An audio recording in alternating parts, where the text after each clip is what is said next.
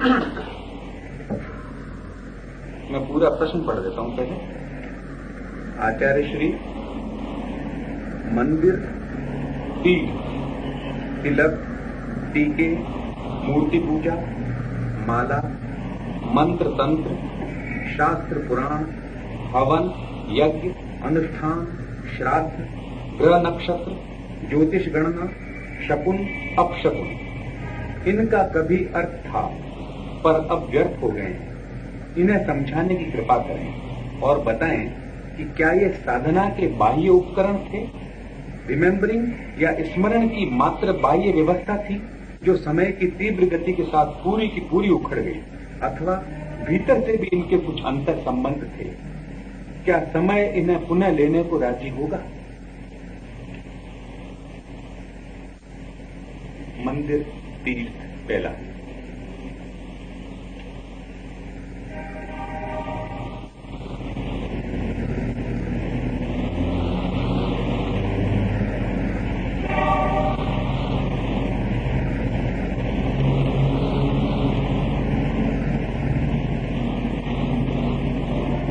जैसे हाथ में चाबी हो,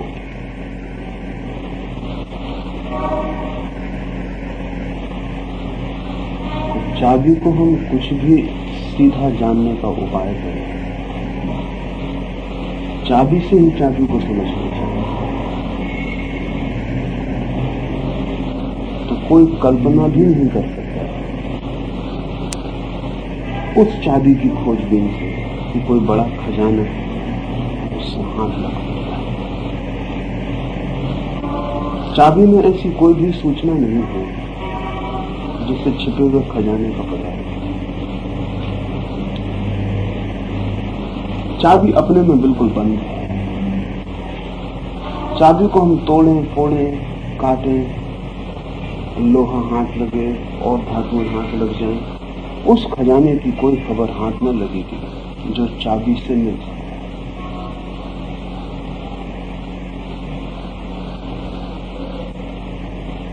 और जब भी कोई चाबी ऐसी हो जाती है जीवन में कि जिसके खजानों का हमें पता नहीं लगता, तब सिवाय बोझ ढोने के हम और कुछ भी नहीं ढोते। और जिंदगी में ऐसी बहुत सी चाबियां हैं जो किन्हीं खजानों का द्वार खोलती हैं, आज भी खोल सकती हैं, पर न हमें खजानों का कोई पता है, न उन तालों का हमें कोई पता है जो उनसे खुलेंगे। और जब तालों का भी पता नहीं होता और खजानों का भी पता नहीं होता, तो स्वभावतः हमारे हाथ में जो रह जाता है उसको हम चाबी भी नहीं कह सकते। वो चाबी तभी है जब किसी ताले को खोलती है, जब उससे कुछ भी ना खुलता हो। पर फिर भी कभी उस चाबी से खजाने खुले, इसलिए बोझिल हो जाती है तो भी मनुष्य फेंक देने का नहीं होता। कहीं अचेतन में मनुष्य जाति के वो धीमी सी गंध बनी हुई रह जाती है, चाहे हजारों साल पहले वो चाबी कोई ताला खोलती रही, लेकिन मनुष्य की अचेतना में उससे कभी ताले खुले और कभी कोई खजाने उससे उपलब्ध होते हैं। इस स्मृति के कारण ही उस चाबी के बोझ को हम ढोए चले जाते हैं। न कोई खजाना खुलता है, अब न कोई ताला खुलता है। फिर भी कोई कितना ही समझाए कि चाबी बेकार है, फेंक देने का साहस भी नहीं जुटता है। कहीं किसी कोने में मन के कोई आशा पलती ही रहती है कि कभी कोई ताला खुल सकता है।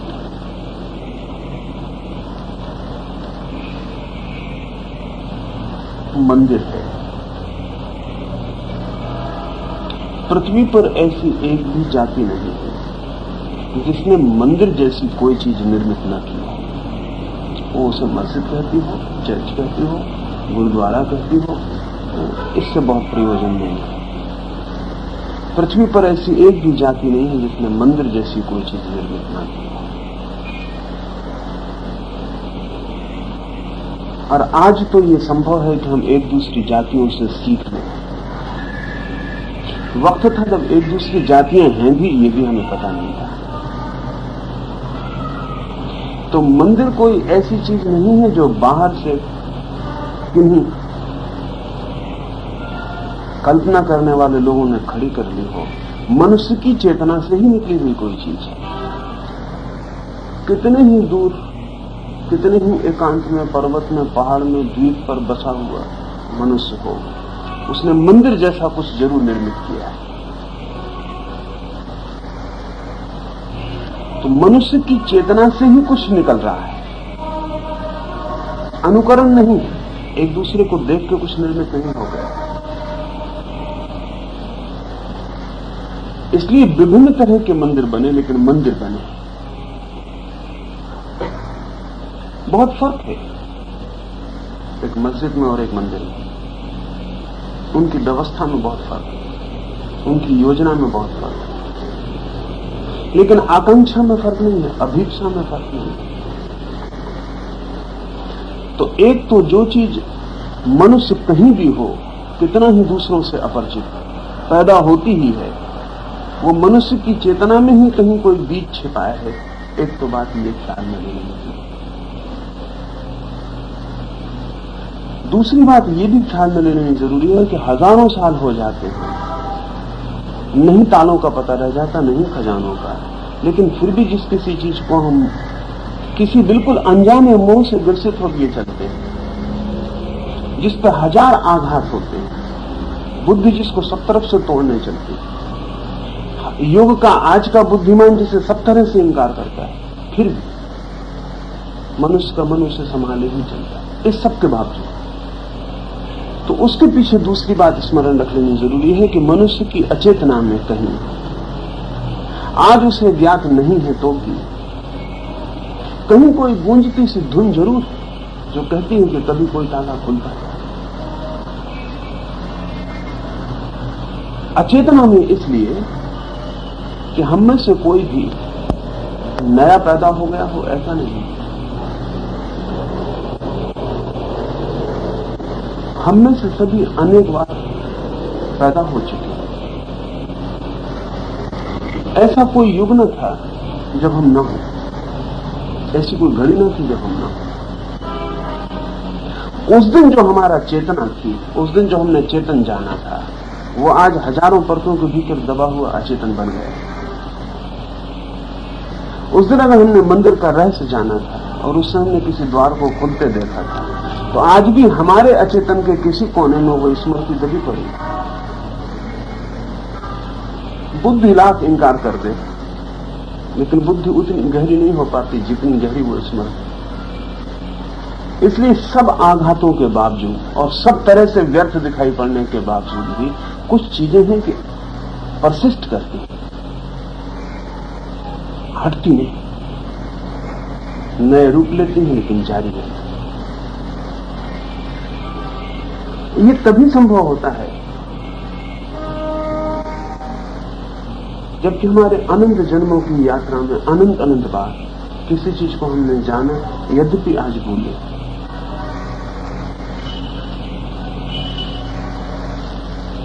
और इनमें से प्रत्येक का बाह्य उपकरण की तरह तो उपयोग हुआ ही है, आंतरिक अर्थ भी है, अभिप्राय भी है। पहले तो मंदिर को बनाने की जो जागतिक कल्पना है, समस्त जगत,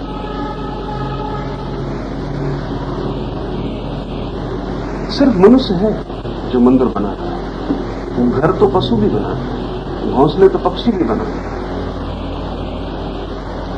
लेकिन मंदिर नहीं बनाता।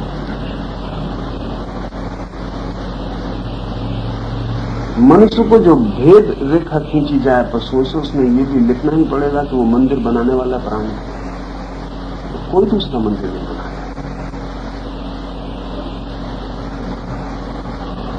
अपने लिए आवास तो बिल्कुल ही स्वाभाविक है,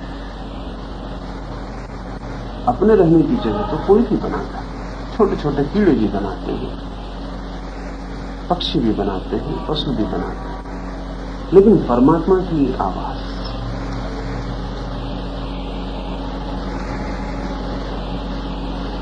मनुष्य का जागतिक लक्षण है। परमात्मा के लिए भी आवास, उसके लिए भी कोई जगह नहीं।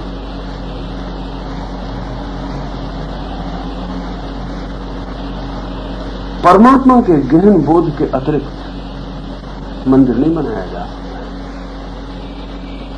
फिर परमात्मा का गहन बोध भी खो जाए तो मंदिर बचा रहेगा, लेकिन बनाया नहीं जा सकता बिना बोध के।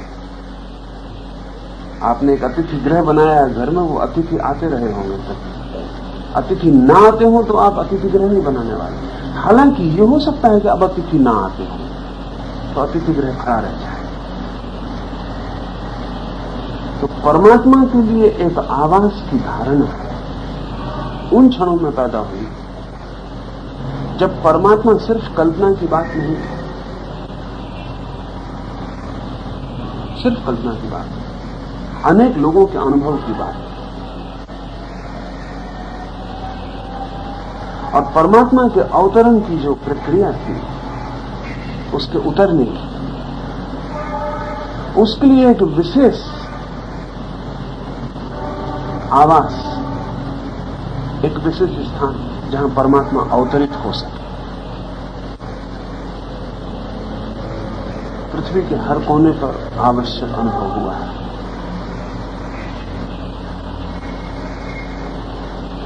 प्रत्येक चीज के अवतरण में, आग्रहण में, रिसेप्टिव होने में एक संयोजन। अभी भी हमारे पास से रेडियो वेव्स गुजर रही हैं, पर हम उन्हें पकड़ नहीं पाएंगे। रेडियो के उपकरण के बिना पकड़ना कठिन होगा।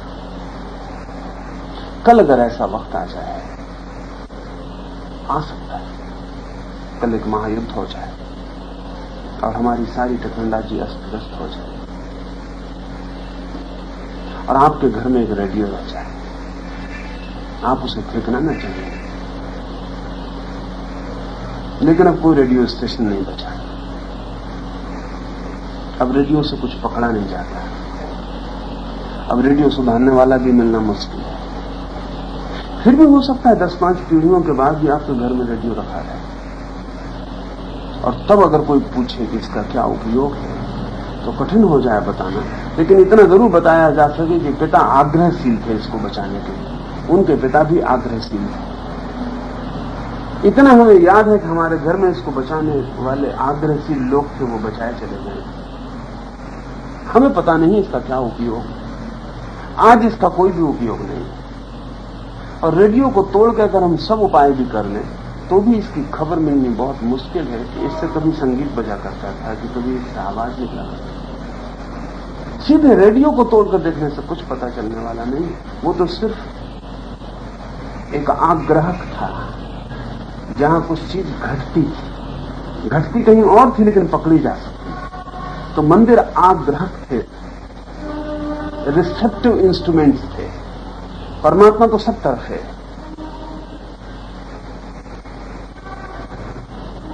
आप भी सब जगह मौजूद हैं, परमात्मा भी सब जगह मौजूद है, लेकिन किसी विशेष संयोजन में आप अट्यून्ड हो जाते, आपकी ट्यूनिंग मेल खाती है, तालमेल खाती है। तो मंदिर आग्रह की तरह उपयोग में आए। वहां सारा इंतजाम वैसा था जहां दिव्य भाव को, दिव्य अस्तित्व को, भगवत्ता को हम ग्रहण कर पाए, जहां हम खुल जाएं और उसे ग्रहण कर पाए। सारा इंतजाम मंदिर का वैसा था। अलग अलग लोगों ने अलग अलग तरह से इंतजाम किया था, और इससे कोई फर्क नहीं पड़ता है कि अलग अलग रेडियो बनाने वाले लोग अलग अलग शक्ल का रेडियो बनाए। बाकी बहुत गहरे में प्रयोजन एक।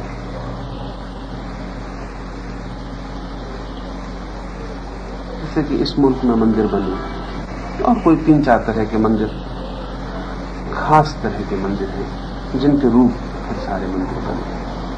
इस मुल्क में जो मंदिर बने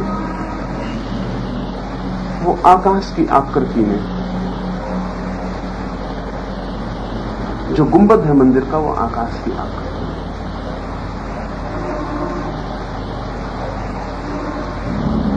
और प्रयोजन यह है कि अगर आकाश के नीचे बैठ के मैं ओम का उच्चार करूं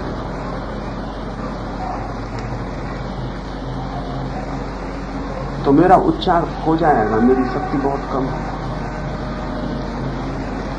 विराट आकाश उच्चार, मेरा उच्चार लौट के मुझ पर नहीं बरस सकेगा, खो जाएगा। मैं जो पुकार करूंगा वो पुकार मुझ तक लौट के नहीं आएगी, वो आनंद में खो जाएगा।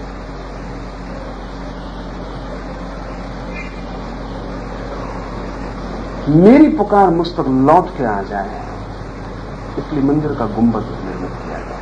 वो आकाश की छोटी प्रतिकृति है, ठीक अर्धगोलाकार, जैसा आकाश पृथ्वी को चारों तरफ छूता है, ऐसा एक छोटा आकाश निर्मित किया है। उसके नीचे मैं जो पुकार करूंगा, मंत्रोच्चार करूंगा, ध्वनि करूंगा, वो सीधी आकाश में खो नहीं जाएगी। गोल गुंबद उसे वापस लौटा देगा। जितना गोल होगा गुंबद, उतनी सरलता से वो वापस लौट आएगी, उतनी ही सरलता से, और उतनी ज्यादा प्रतिध्वनियां उसकी पैदा होंगी।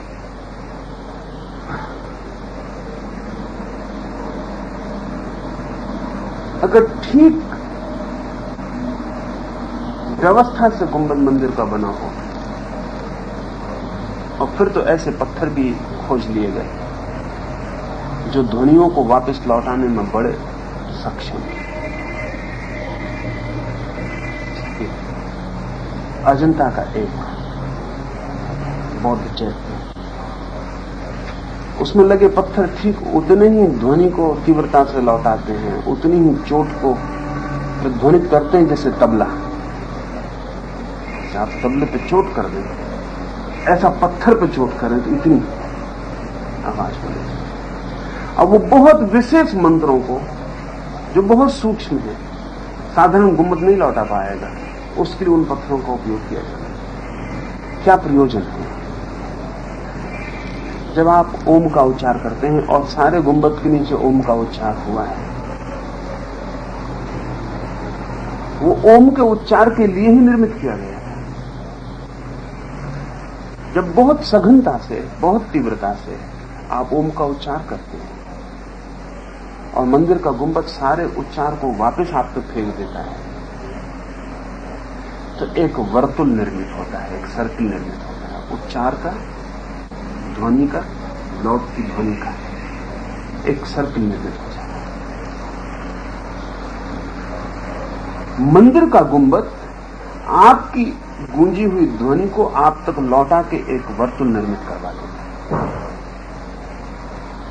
उस वर्तुल का आनंद ही अद्भुत है। अगर आप खुले आकाश के नीचे ओम का उच्चार करेंगे, वो वर्तुल निर्मित नहीं होगा और आपको कभी आनंद का पता नहीं चलेगा। वो जब वर्तुल निर्मित होता है तब आप सिर्फ पुकारने वाले नहीं हैं, पाने वाले भी हो जाते हैं। और उस लौटती हुई ध्वनि के साथ दिव्यता की प्रतीति प्रवेश करने लगती है। आपकी की हुई ध्वनि तो मनुष्य की है, लेकिन जैसे वो लौटती है, वो नए वेग और नई शक्तियों को समाहित करके वापस लौटा। इस मंदिर के गुंबद को मंत्र के द्वारा ध्वनि वर्तुल निर्मित करने के लिए प्रयोग किया गया। और अगर बिल्कुल शांत एकांत स्थिति में आप बैठ के उच्चार करते हो और वर्तुल, जैसे वर्तुल निर्मित होगा, विचार बंद हो जाएगा। वर्तुल इधर निर्मित हुआ, उधर विचार बंद हुआ।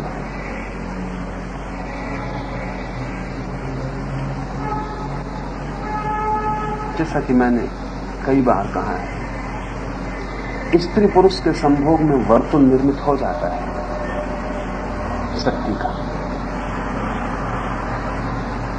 और जब वर्तुल निर्मित होता है तभी संभोग का क्षण समाधि का इशारा करने लगता है।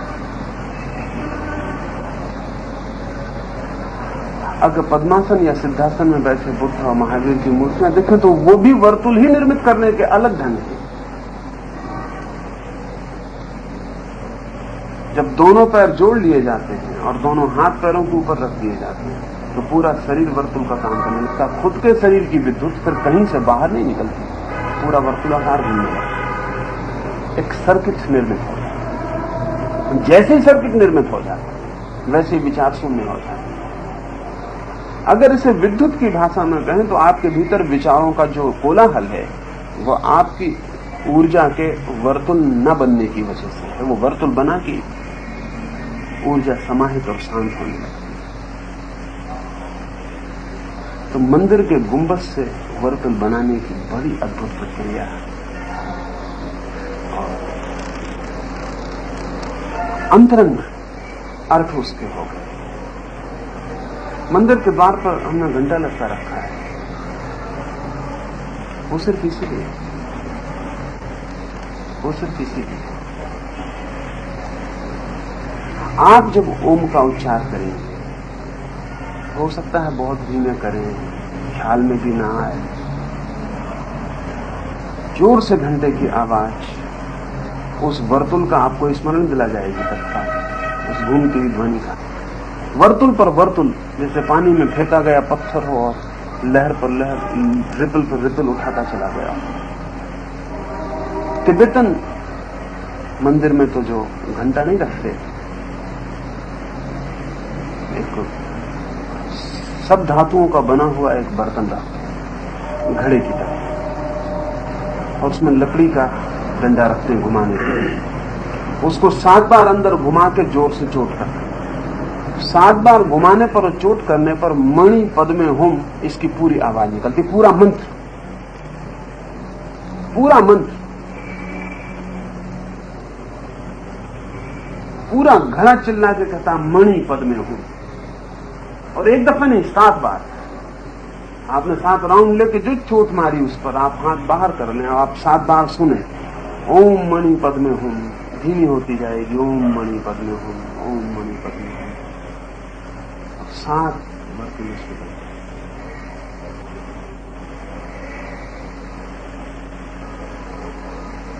ठीक आपको भी मंदिर के भीतर एक घड़े की तरह जोर से अपने भीतर चोट करनी, ओम मणि पद में हुम।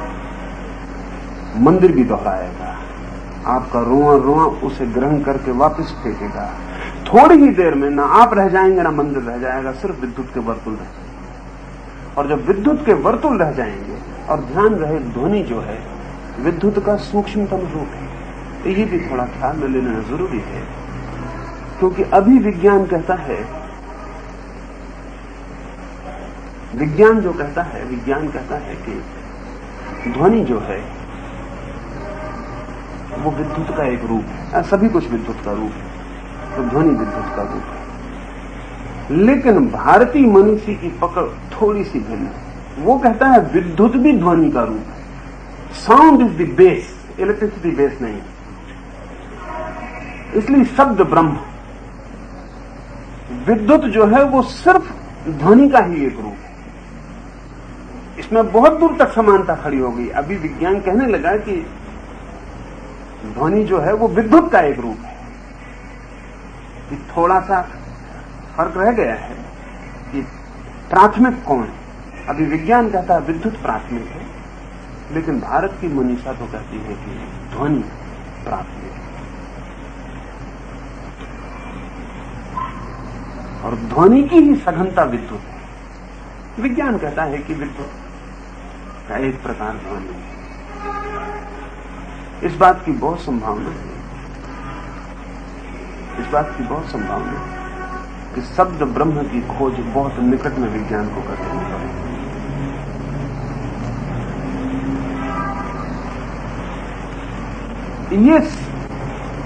ये मंदिर की गुंबद के नीचे पैदा किए गए ध्वनियों का ही अनुभव है।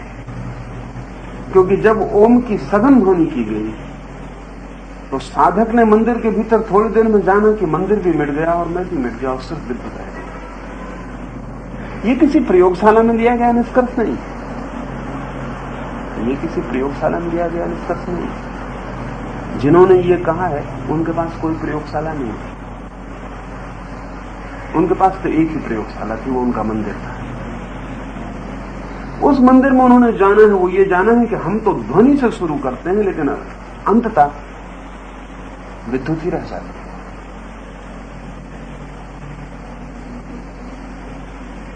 इस ध्वनि के अनुभव के लिए मंदिर का गुंबद निर्मित किया गया। जब पहली दफा पश्चिम के लोगों को भारतीय मंदिर देखने को मिले तो उन्हें अनहाइजीनिक मालूम पड़े।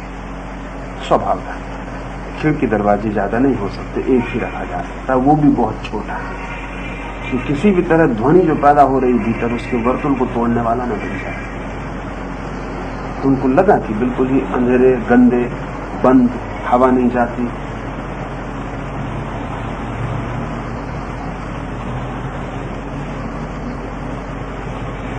चर्च साफ सुथरा है, खिड़कियां हैं, दरवाजे हैं, बड़ी खिड़कियां हैं, बड़े दरवाजे हैं, रोशनी भी जाती है, हवा भी जाती है, हाइजीनिक है।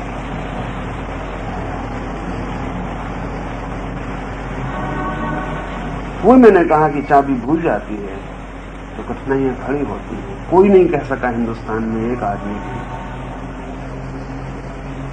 कि हमारे मंदिर में खिड़की क्यों नहीं है, दरवाजा क्यों नहीं है। हमको भी लगा कि सच तो है कि अनहाइजीनिक, और कोई ये ना कह सका कि इन मंदिरों में इस मुल्क के स्वस्थतम लोग रहे। इन मंदिरों के भीतर बीमारी नहीं जाने गई। इन मंदिरों में बैठा हुआ पूजा और प्रार्थना करने वाला आदमी स्वस्थतम लोगों में से था, और मंदिर बिल्कुल अनहाइजीनिक है। ये भी अनुभव में आना शुरू हुआ कि ओम की ध्वनि का जो आघात है वो अपूर्व रूप से प्योरीफाई करता है।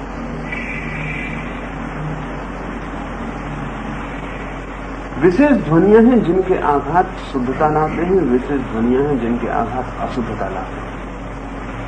विशेष ध्वनियां हैं जो वहां बीमारियों को प्रवेश ही नहीं करने देंगी, विशेष ध्वनियां हैं जो वहां बीमारियों को निमंत्रित करती हैं।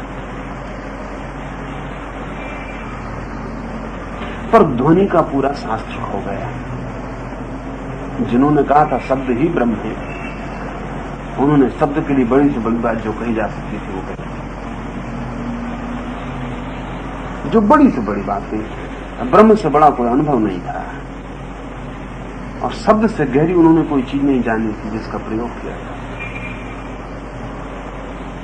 सारे राग, सारी रागनियां, सारा संगीत पूरब का उस शब्द ब्रह्म की ही प्रतीतियों का फैलाव है। समस्त राग, समस्त रागनियां मंदिरों में पैदा हुई, समस्त नृत्य पहली दफे मंदिरों में पैदा हुए, फिर फैलते गए। क्योंकि मंदिर में ही ध्वनि का अनुभव करने वाला साधक था। उसने ध्वनियों में भेद देखे, उसने इतने भेद देखे जिस पर कोई हिसाब नहीं। अभी सिर्फ 40 साल पहले काशी में एक साधु था, विशुद्धानंद।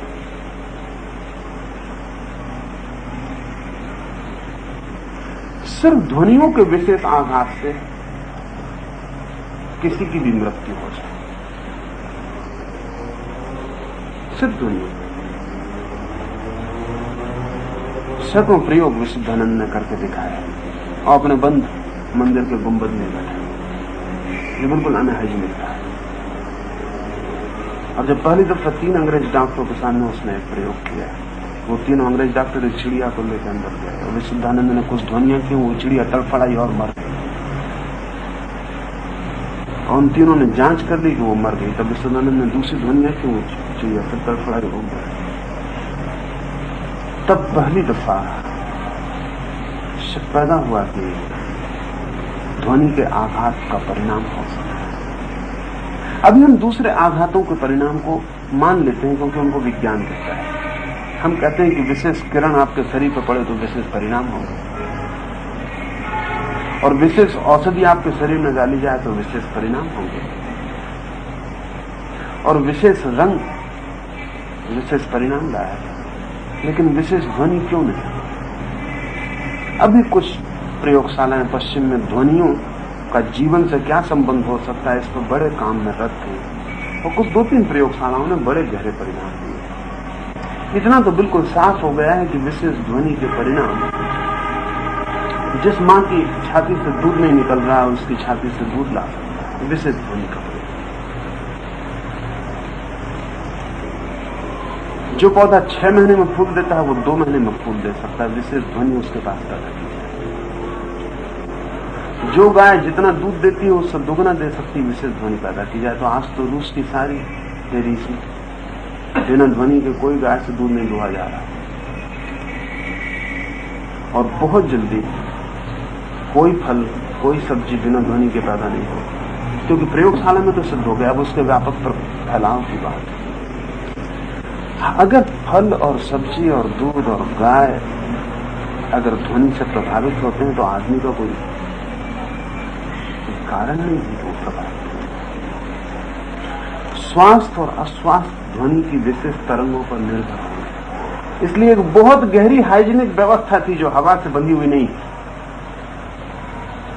सिर्फ हवा के मिल जाने से ही कोई स्वास्थ्य आ जाने वाला है, ऐसी धारणा नहीं तो यह असंभव है कि 5000 साल के लंबे अनुभव में यह ख्याल में ना आ गया हो कि हिंदुस्तान का साधु बंद गुफाओं में बैठा है जहां रोशनी नहीं जाती, हवा नहीं जाती, बंद मंदिरों में बैठा है, छोटे दरवाजे हैं जिनमें से झुक के अंदर प्रवेश करना पड़ता है। कुछ मंदिरों में तो रैंक के ही अंदर प्रवेश करना, तो फिर भी स्वास्थ्य पर इनका कोई बुरा परिणाम कभी नहीं हुआ था। हजारों साल के अनुभव में कभी नहीं आया था इनका स्वास्थ्य पर बुरा परिणाम हुआ।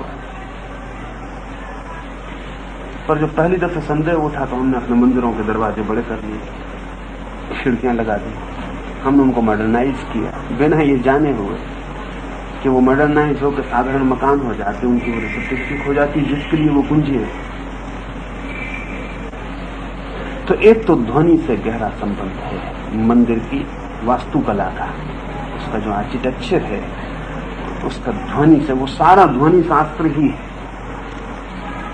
किस कौन से ध्वनि चोट की जाए उसका भी हिसाब है, कौन सी ध्वनि खड़े होकर की जाए और कौन सी बैठ के की जाए उसका भी हिसाब है, कौन सी लेट के की जाए उसका भी हिसाब है।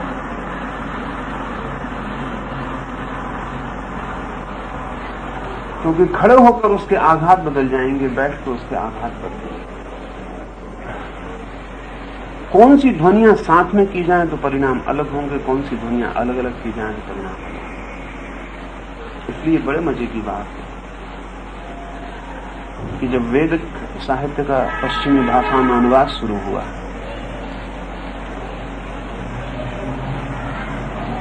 तो स्वभावतः पश्चिम में भाषा का जो जोर है वो भाषागत है, ध्वनिगत नहीं, फोनेटिक नहीं।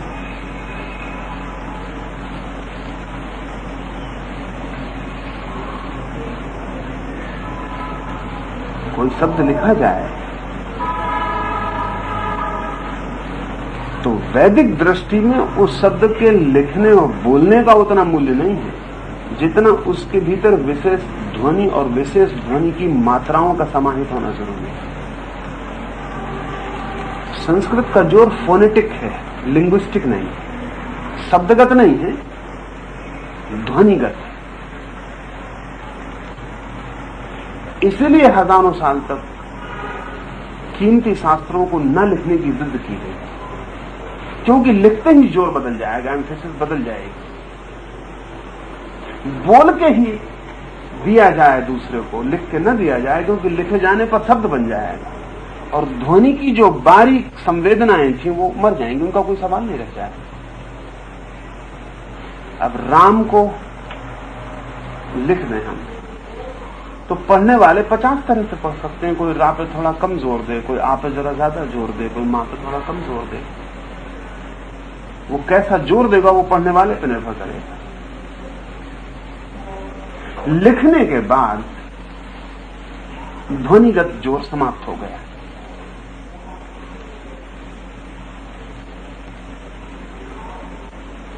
अब उसको फिर डिकोड करना पड़ेगा।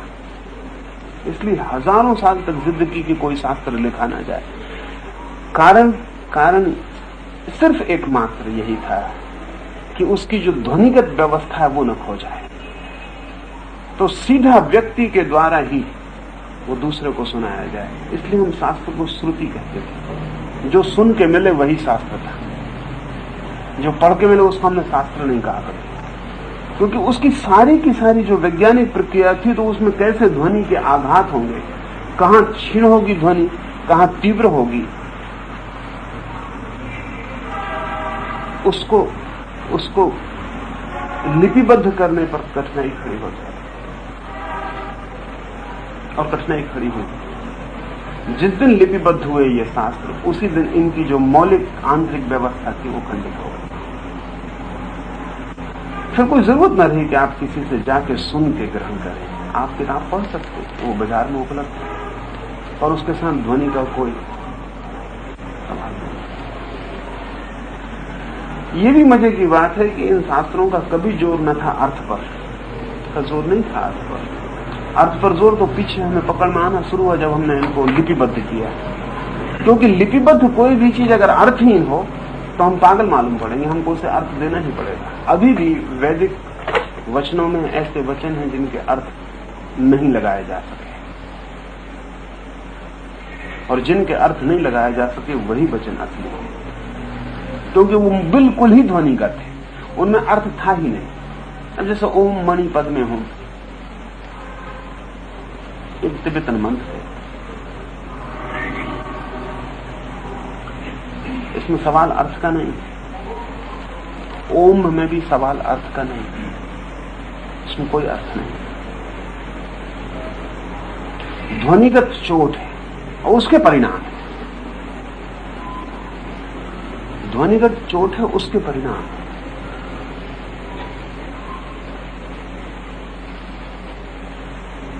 अब जब कोई साधक ओम मणि पद्म होम का आवर्तन करता है बार बार, तो उसके शरीर के विभिन्न चक्रों पर चोट पड़नी शुरू होती और वो चक्र सक्रिय होने शुरू होते।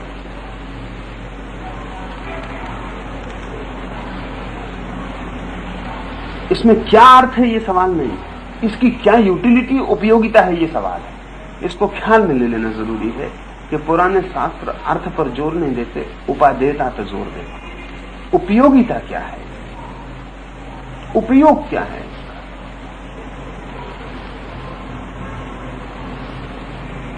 बुद्ध से किसी ने पूछा है कि सत्य क्या है, तो बुद्ध ने कहा जो उपयोग में आ सके। सत्य की परिभाषा जो उपयोग में आ सके। विज्ञान भी यही करेगा, सत्य की परिभाषा विज्ञान भी यही करता है, प्रैग्मेटिक परिभाषा करेगा। ये नहीं कहेगा कि सत्य क्या है जिसको आप सिद्ध कर देंगे, सवाल नहीं। सत्य क्या है जो उपयोग में आ सके, आप उपयोग करके दिखा दें। आप कहते हैं हाइड्रोजन ऑक्सीजन मिलकर पानी बनते हैं, हमें फिक्र नहीं कि सत्य है या असत्य है, आप पानी बना के दिखा दें, सत्य हो जाएगा। न बन सके पानी तो असत्य। हाइड्रोजन और ऑक्सीजन मिलकर पानी बनते हैं नहीं, ये कोई लॉजिकल, कोई तर्कगत इसकी वैलिडिटी नहीं। बनते हो तो बना के दिखा दें, बन जाए तो सत्य है, न बनते हो तो सत्य सिद्ध हो जाएगा कि असत्य। विज्ञान ने अब जाके वही व्याख्या पकड़ी है सत्य की जो 5000 साल पहले धर्म की व्याख्या है। धर्म कहता था जो उपयोग में आ जाए, जिसका आप उपयोग कर सकें। तो ओम का कोई अर्थ नहीं है, उपयोग है, कोई मीनिंग नहीं है, यूटिलिटी है। मंदिर का कोई अर्थ नहीं है, उपयोग है। और उपयोग में लाना एक कला है, और सभी कलाओं के साथ एक खराबी है।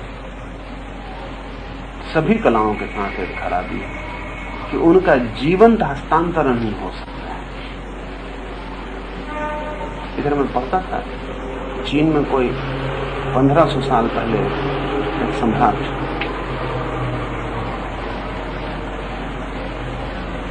मांस का बहुत शौकीन है, और इतना शौकीन है कि वो अपने सामने ही गाय बैल को कटवाता है। तो जो उसका कसाई है वो 15 साल से नियमित सुबह आके उसके सामने जानवर काटता है। एक दिन वो सम्राट पूछता है कि ये तू जो फरसा लाता है काटने के लिए,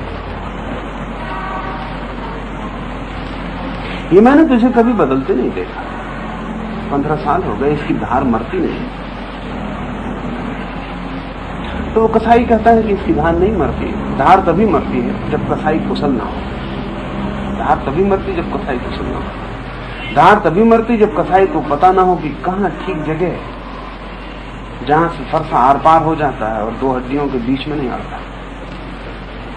ज्वाइंट्स कहाँ है। और ये मेरी पुश्तैनी कला है।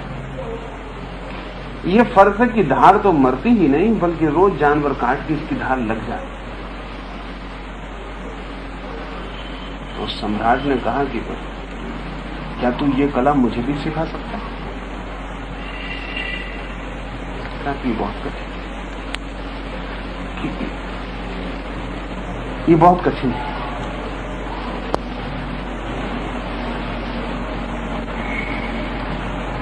ये तो मैं अपने बाप के पास जब से मुझे होश है तब से मैं खड़ा था।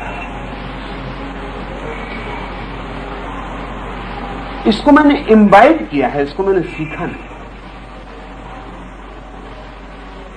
इसको मैं पी गया हूं, इसको मैंने सीखा नहीं किसी से। तो मैं बाप के पास खड़ा था, रोज रोज यही हो रहा था। दिन में जानवर कट रहे थे, मैं पास खड़ा था। कभी उसका फरसा उठा के लाता था, कभी जानवर के कटे हुए अंगों को उठा के रखता था। बस मैं पी गया। तो अगर तुम भी इतने के लिए राजी हो कि मेरे पास खड़े रहो, कभी उठा के लाओ, कभी रखो, कभी बैठो, देखते रहो, इसको पी सको, तो नहीं तो मैं सिखा नहीं। साइंस सिखाई जा सकती है, आर्ट सिखाया नहीं जा सकता। विज्ञान हम सिखा सकते हैं, पढ़ा सकते हैं, कला हम सिखा नहीं पाते। कला को तो इम्बाइब करना पड़ता। ये सारे मंत्र अर्थ नहीं रखते, इनका कलात्मक उपयोग है। तो छोटे छोटे बच्चों को हम इम्बाइब करवा देते थे, तो वो मंदिर की कला सीख जाते थे। उन्हें कभी पता भी नहीं चलता था कि वो क्या सीख गए। वो मंदिर में जाने की कला सीख जाते, वो मंदिर में बैठने की कला सीख जाते, वो मंदिर का उपयोग सीख जाते। जब भी मुसीबत में जिंदगी होती वो भागे मंदिर चले जाते, मंदिर से वे शांत होकर लौट आते। चूकना मुश्किल था, रोज सुबह वे मंदिर चले आते, क्योंकि जो मंदिर में मिलता था वो कहीं भी मिलना मुश्किल था। पर वो इतने बचपन से पकड़ती थी बात कि उन्हें हमने कभी सिखाया ऐसा नहीं था। इम्बाइब कर गया, वो पी गया। बहुत सी चीजें हैं जो सिखाई नहीं जा सकती। जहां भी कला है वहीं सिखाना मुश्किल है। इस मंदिर की, इन मंदिरों के बीच ध्वनि की जो सारी की सारी संयोजना थी, उसकी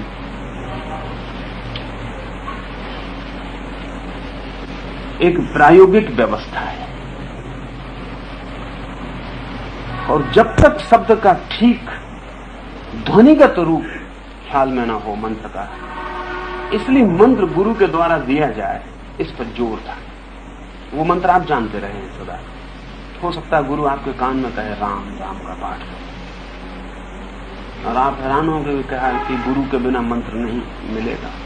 और ये तो दुनिया जानती है कि राम राम कहो, और इस आदमी ने कान में कहा कि राम राम कहो। ये कोई पागलपन की बात नहीं। लेकिन राम के ध्वनिगत रूप पर जोर होगा, जो कि दुनिया नहीं जानती। और राम के भी 50 प्रयोग हैं। हम वाल्मीकि की सारी कथा हमने सुनी है, लेकिन वो कथा बचकानी हो गई। कथा ऐसी हो गई कि हम समझने लगे कि वो नासमझ था, गैर पढ़ा लिखा था, गंवार था। तो भूल गया कि गुरु ने कहा था कि राम राम का पाठ करना, तो वो मरा मरा का करना, और मरा मरा का पाठ करते हुए ज्ञान को उपलब्ध हो गया।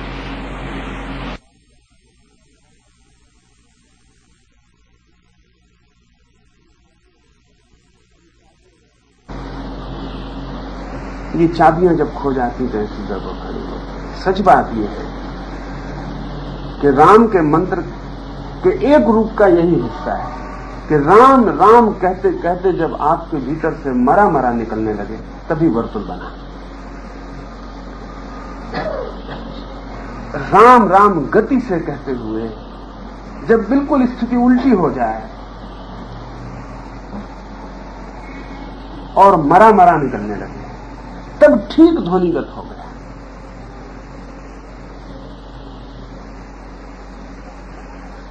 और जब मरा मरा निकलेगा तब एक अद्भुत घटना घटेगी और वो घटना ये है कि आप नहीं रहे, आप मर गए। और जब आप मर गए होते हैं तो वही क्षण आपके जब भी पूरे होने का है, वही क्षण अनुभव का है जब आप नहीं, मिट गए।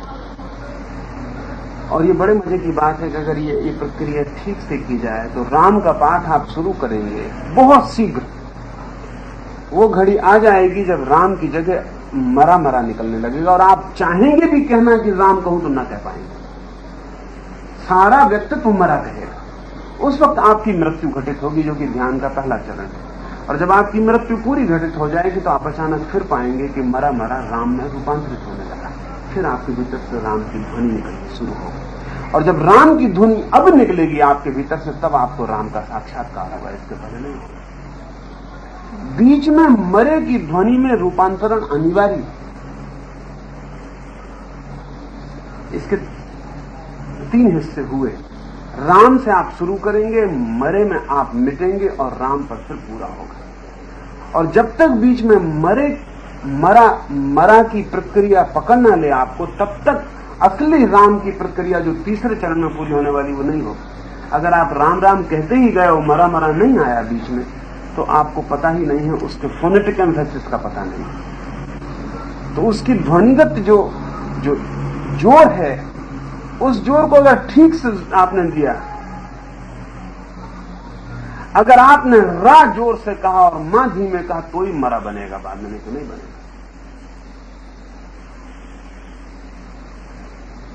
रा पर सारी ताकत लगाएगी और मां को ढीला छोड़ दिया तो मां गड्ढे की तरह हो जाएगा, रा शिखर की तरह हो जाएगा,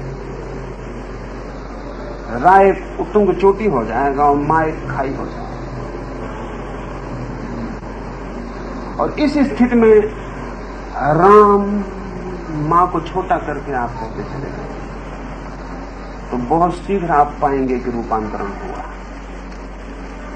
मां शिखर बन जाएगा और रा खाई बन जाएगा, मरा शुरू हो जाएगा। जैसे लहरें हर शिखर के बाद खाई, हर खाई के बाद शिखर, और अभी जो शिखर था वो थोड़ी देर में खाई हो जाएगा, जो खाई थी वो शिखर बन जाएगा। ठीक लहर की तरह ध्वनि की भी लहरें, ठीक ध्वनि के भी उतार चढ़ाव है, आरोह अवरोह है। तो ठीक ध्वनि की अगर व्यवस्था ज्ञात न हो तो आप राम राम कहते रहें, कोई परिणाम नहीं होगा। अब जिन्होंने भी वाल्मीकि के संबंध में एक कहानी प्रचलित की को ना समझ था, बेपढ़ा लिखा था, गंवार था, ये सब बातें सच है। जो ना समझ था, बेपढ़ा लिखा था, गंवार था, लेकिन ये बात सच नहीं है कि इसलिए वो मरा मरा कहने लगा। जहां तक इस सूत्र का संबंध इस मामले में तो वो पूरा होशियार था, उसे ठीक पूरे गणित का पता था। इतने मामले का तो उसे पूरा पता था कि राम कैसे कहना है कि मरा बन जाए। जब मरा बन जाए तभी आप संक्रमण से गुजरे और फिर राम पैदा होगा। वो राम आपके द्वारा कहा हुआ राम नहीं होगा, फिर आप तो मर गए। वो राम जन्मेगा आपके भीतर, वो अजपा हो जाएगा, आप उसका जाप नहीं कर रहे, वो हो रहा है जाप।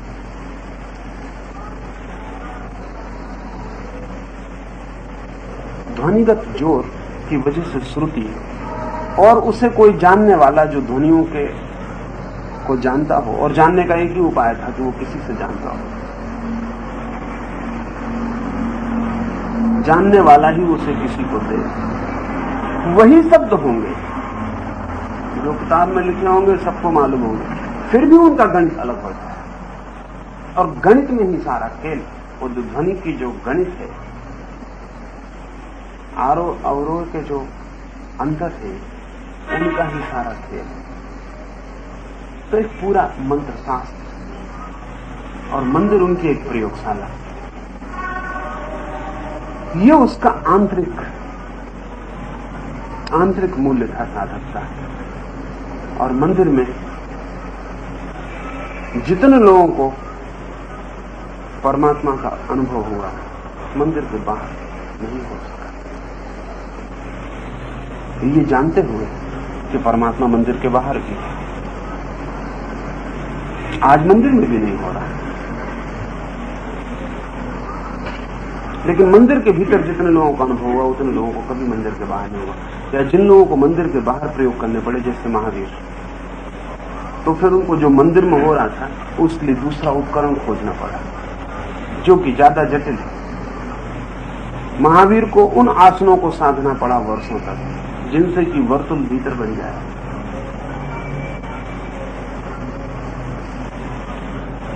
जिनसे कि वर्तुल भीतर बन जाए, वो जो मंदिर का सहारा था ना लिया जाए। लेकिन वो वर्षों की प्रक्रिया है, और महावीर जैसे संकल्पी के लिए ही संभव है, बाकी अति कठिन हो जाएगा। बुद्ध ने भी मंदिर का सहारा नहीं लिया, लेकिन महावीर के थोड़े दिन मरने के बाद मंदिर बनाना शुरू करना पड़ा, और बुद्ध के मरने के बाद भी बनाना शुरू करना पड़ा। क्योंकि जो मंदिर दे सकता है बिल्कुल सामान्य जन को, वो बुद्ध और महावीर नहीं दे सकते। बुद्ध और महावीर जो कह रहे हैं करने को, वो सामान्य जन नहीं कर पाएगा।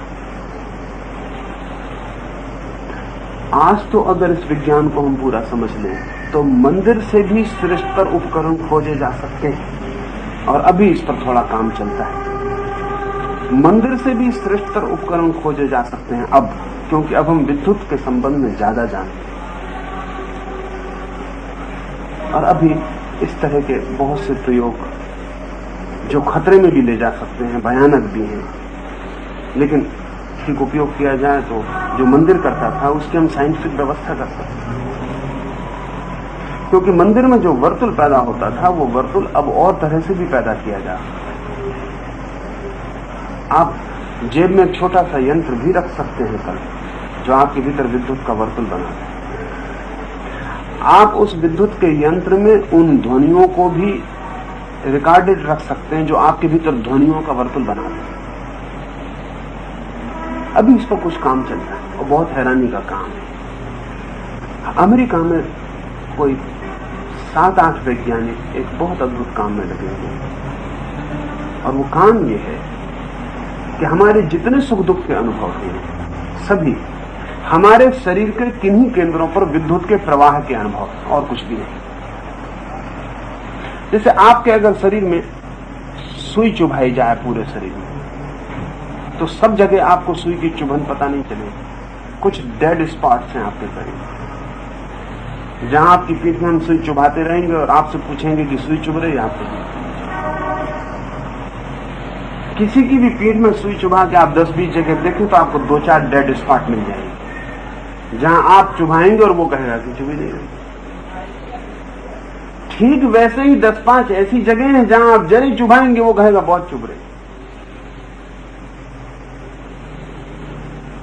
ठीक ऐसे ही मस्तिष्क में, मस्तिष्क के सेल्स के बहुत सी ग्रंथियां, लाखों की संख्या में, और प्रत्येक ग्रंथि का अनुभव है। जब आप कहते हैं मुझे सुख हो रहा है, तब आपके मस्तिष्क की किसी खास ग्रंथि में से विद्युत बहती है। समझे, आप अपनी प्रेयसी के पास बैठे, उसका हाथ में लिया और कहते हैं मुझे सुख हो रहा है।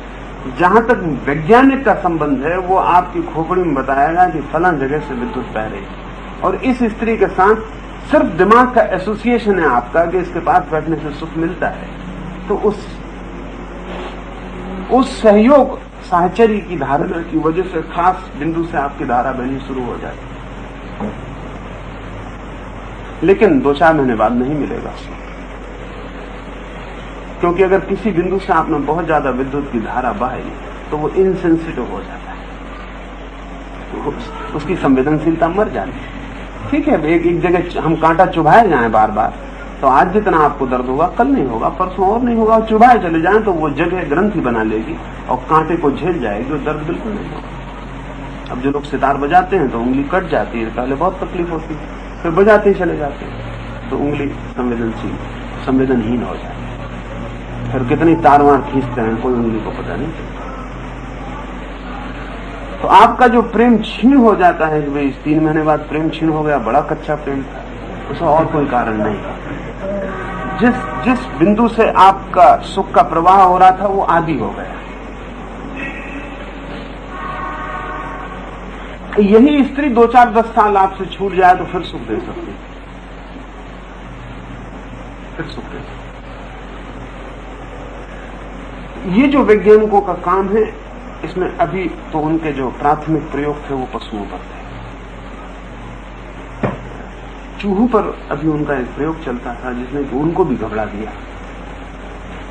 चूहा जब संभोग में रत होता है तो उसके मस्तिष्क को उन्होंने खोल के रखा हुआ, खिड़की खोली हुई थी उसके मस्तिष्क में, ताकि उसके पूरे मस्तिष्क की जांच हो सके। जब वो संभोग में जाता है, जब उसका वीर्य क्षरण होता है तो उसके मस्तिष्क में कहां से विद्युत बहती है, तो उसके मस्तिष्क की विद्युत की स्थिति उन्होंने पकड़ ली कि यहां से विद्युत बहती।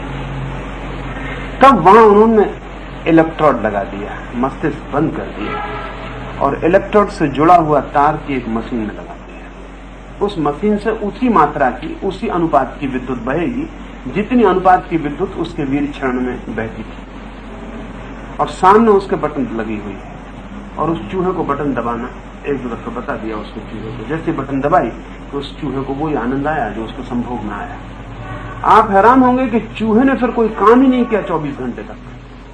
1 घंटे में 6-6 हजार बार वो बटन दबाता रहा, खाना पीना बंद, जब तक इलेक्ट्रोड काट नहीं दिया उसका, तब न खाया न पिया न सोया न इधर उधर देखे, बस वो एक ही काम। तो पूरे 24 घंटे सतत थक के गिर पड़ा बिल्कुल, लेकिन वो थकते वक्त उसको दबाए चला। वो वैज्ञानिक जो उस पर प्रयोग कर रहा था उसका कहना है कि उस चूहे ने जितना संभोग कर जाना आज तक पृथ्वी पर किसी चूहे ने। हालांकि संभोग वो कर नहीं रहा, सिर्फ उस जगह से विद्युत। उस वैज्ञानिक का दावा है कि बहुत जल्दी सेक्स बहुत साधारण सुख रह जाएगा जिस दिन हम आदमी को इलेक्ट्रोड दे देंगे। आदमी खोजना मुश्किल होगा जो सेक्स के लिए राजी हो जाए, क्योंकि बहुत शक्ति गंवा के कुछ खास पाता नहीं। हम उसके खीसे में एक बैटरी से लगी हुई छोटा सा यंत्र दे सकते हैं, अपने खीसे में जब भी चाहे दबा ले बटन, सरसराहट फैलेगी जो कि सेक्स में फैलती, उससे और कोई बहुत नहीं।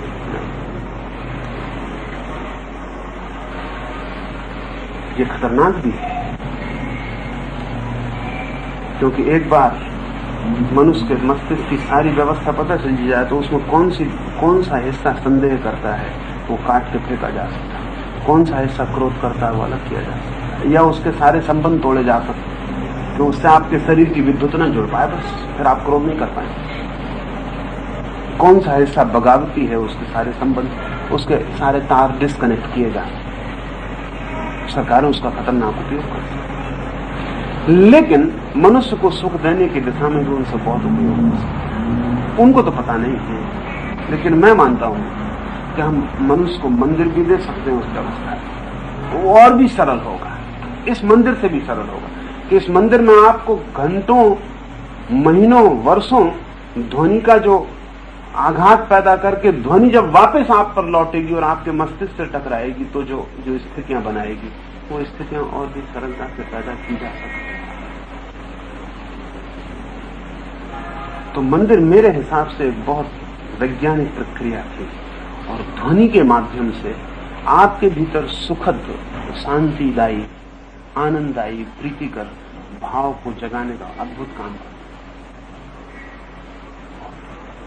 और उस भाव की उपस्थिति में आपका जीवन के प्रति पूरा दृष्टिकोण बदलता है। इस बात में खतरे हैं, वैज्ञानिक जो कर रहे हैं इसमें खतरे हैं। खतरा एक ही है कि विज्ञान जो भी करता है वो टेक्नोलॉजिकल हो जाता है, तकनीकी हो जाता है, चेतना की उसमें बहुत जरूरत नहीं रह जाती। तो हो सकता है कि ठीक मंदिर जैसी स्थिति भी विद्युत के प्रवाह से पैदा कर दी जाए, लेकिन चेतना को जो चारित्रिक परिवर्तन होते थे वो ना है। जो चेतना को ऊंचाइयां मिलती थी, जो रूपांतरण ट्रांसफॉर्मेशन होता था वो ना हो। वो आदमी को बटन दबाने से जो मिल जाए उससे कोई बहुत मूल रूपांतरण नहीं हो सकता। वो एक उपकरण हो गया।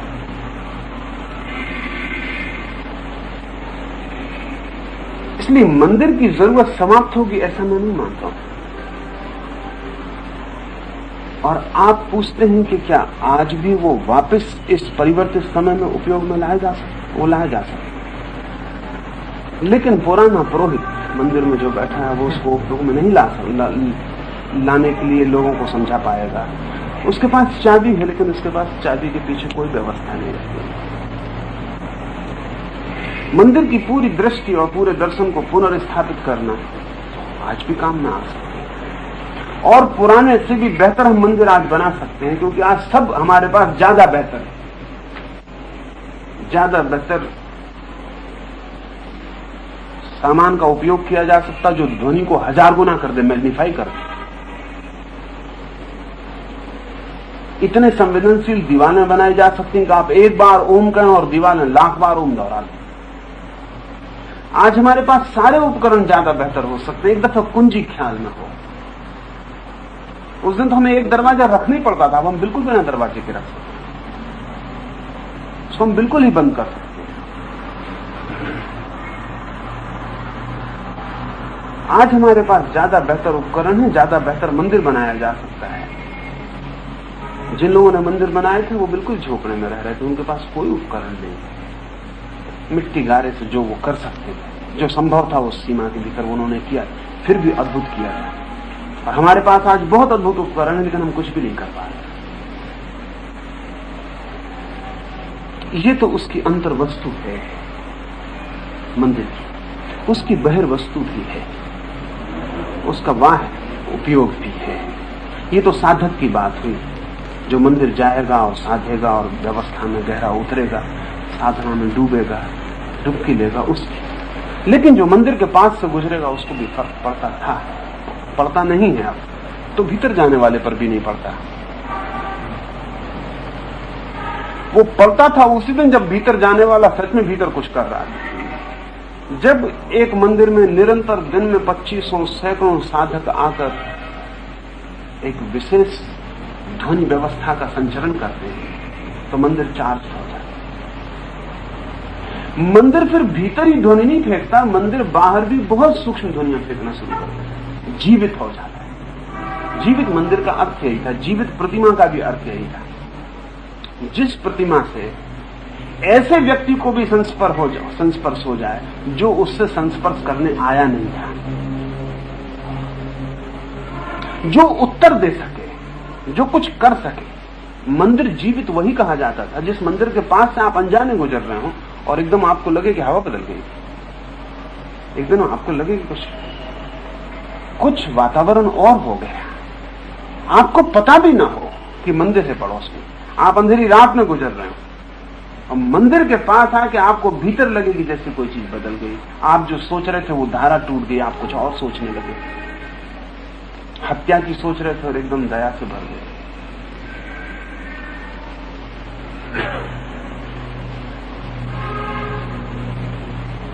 लेकिन ये तभी हो सकता है जब मंदिर चार्ज्ड हो।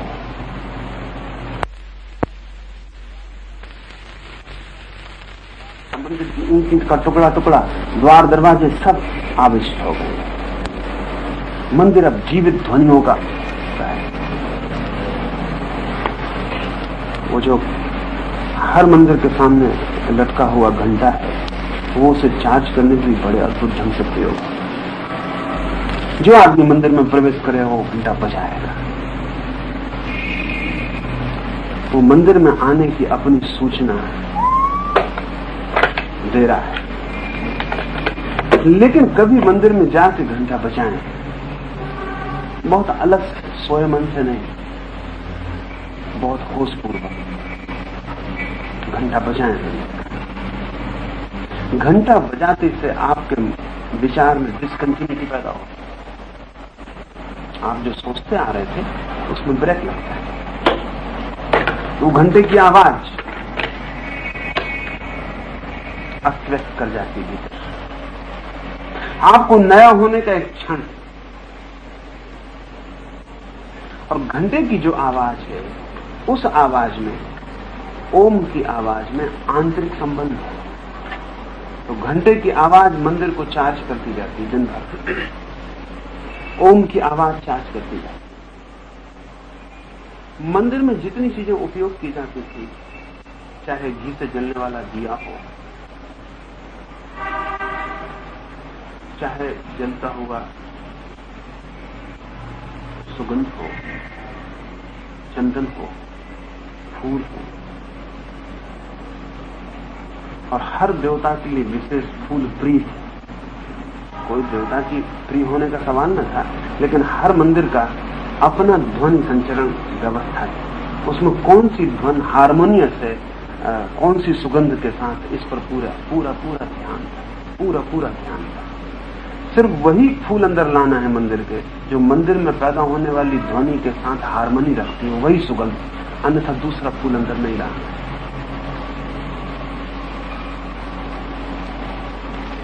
मस्जिद में लोभान जलाया जाएगा, मंदिर में उदबत्ती जलेगी, धूप जलेगी, तो ध्वनियों से संबंध है। अल्लाह का जो उच्चार है, उसका जो सघन रूप है, उस रूप के साथ लोभान की सुगंध का तालमेल, और ये तालमेल बड़ी भीतरी खोज से मिले थे। ये ऐसे नहीं सोच लिए गए थे, ऊपर से सोचा भी नहीं जा सकता। इनके खोजने की बात आपसे कह दूं, अगर आप अल्लाह का उच्चार करते जाएं, अपने घर में बैठ जाएं और कभी जहां लोभान नहीं लाया गया है, कमरा बंद कर लें और अल्लाह का उच्चारण करें। अल्लाह का उच्चारण भी सिर्फ अल्लाह नहीं, अल्लाहू, ठीक उसका जो उच्चारण है अल्लाहू, हू पर जोर होना चाहिए। धीरे धीरे अल्लाह छूटता जाएगा और हू शेष रह जाएगा अपने आप। और जिस दिन हू का ही उच्चार रह जाएगा, उस दिन आप अचानक पाएंगे कि आपके कमरे में लोभान की गंध है। ये आपके भीतर से आती हुई गंध है। लोभान सिर्फ पैरेलल गंध है जो बाद में बाजार में खोजी गई। हू के उच्चार से आपके भीतर से जो गंध आनी शुरू होती है, वो गंध फिर बाद में बाजार में बड़ी मुश्किल से खोजी गई। तो उससे कोई तालमेल करती गंध मिल जाए जो हम मस्जिद में जलाते, क्योंकि वहां हू के उच्चार करने वाले को वो सहयोगी हो जाएगा, दोहरा प्रयोग हो जाएगा। उसके भीतर से जब उठेगी तब उठेगी, हम उसके बाहर पैदा कर देंगे। ओम के साथ कभी भी भूल के किसी को लोभान का स्मरण नहीं आता। उसकी चोट अलग अलग जगह है जहां से वो गंध नहीं निकल सकती। और हमारे शरीर में गंध के भी क्षेत्र,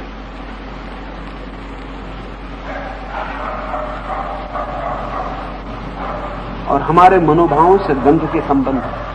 इसलिए जैन कहते हैं कि महावीर के शरीर से गंध नहीं निकलती, दुर्गंध नहीं निकल सकती, सुगंध ही निकलती, और एक विशेष सुगंध।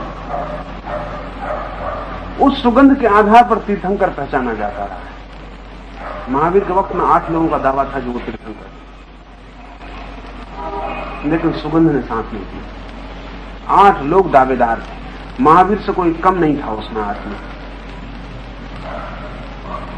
महावीर से कम कोई आदमी नहीं था उसमें, ठीक उसी हैसियत के लोग, लेकिन उस मंत्र की धारा के लोग नहीं थे जिससे वो सुगंध निकले। उस वजह से वो दावे गलत हो गए। बुद्ध के बाबत भी लोगों का दावा था कि वो भी तीर्थंकर, और महावीर से कम उनकी हैसियत जरा भी न, उसी हैसियत के आदमी, वही स्थित थी उनकी, लेकिन उस मंत्र परंपरा के नहीं थे। इसलिए महावीर का शरीर जो गंध दे पाता था, वो बुद्ध का शरीर नहीं दे पाता। डिसीजन गंध से हुआ अंततः। महावीर के पास जाके एक विशेष गंध आनी शुरू हो जाती। अभी ऐसे लोग जिंदा थे जिन्होंने कहा कि ठीक यही पार्श्वनाथ के शरीर से भी गंध आती। अभी ज्यादा दिन पार्श्वनाथ को मरे हुए नहीं हुए।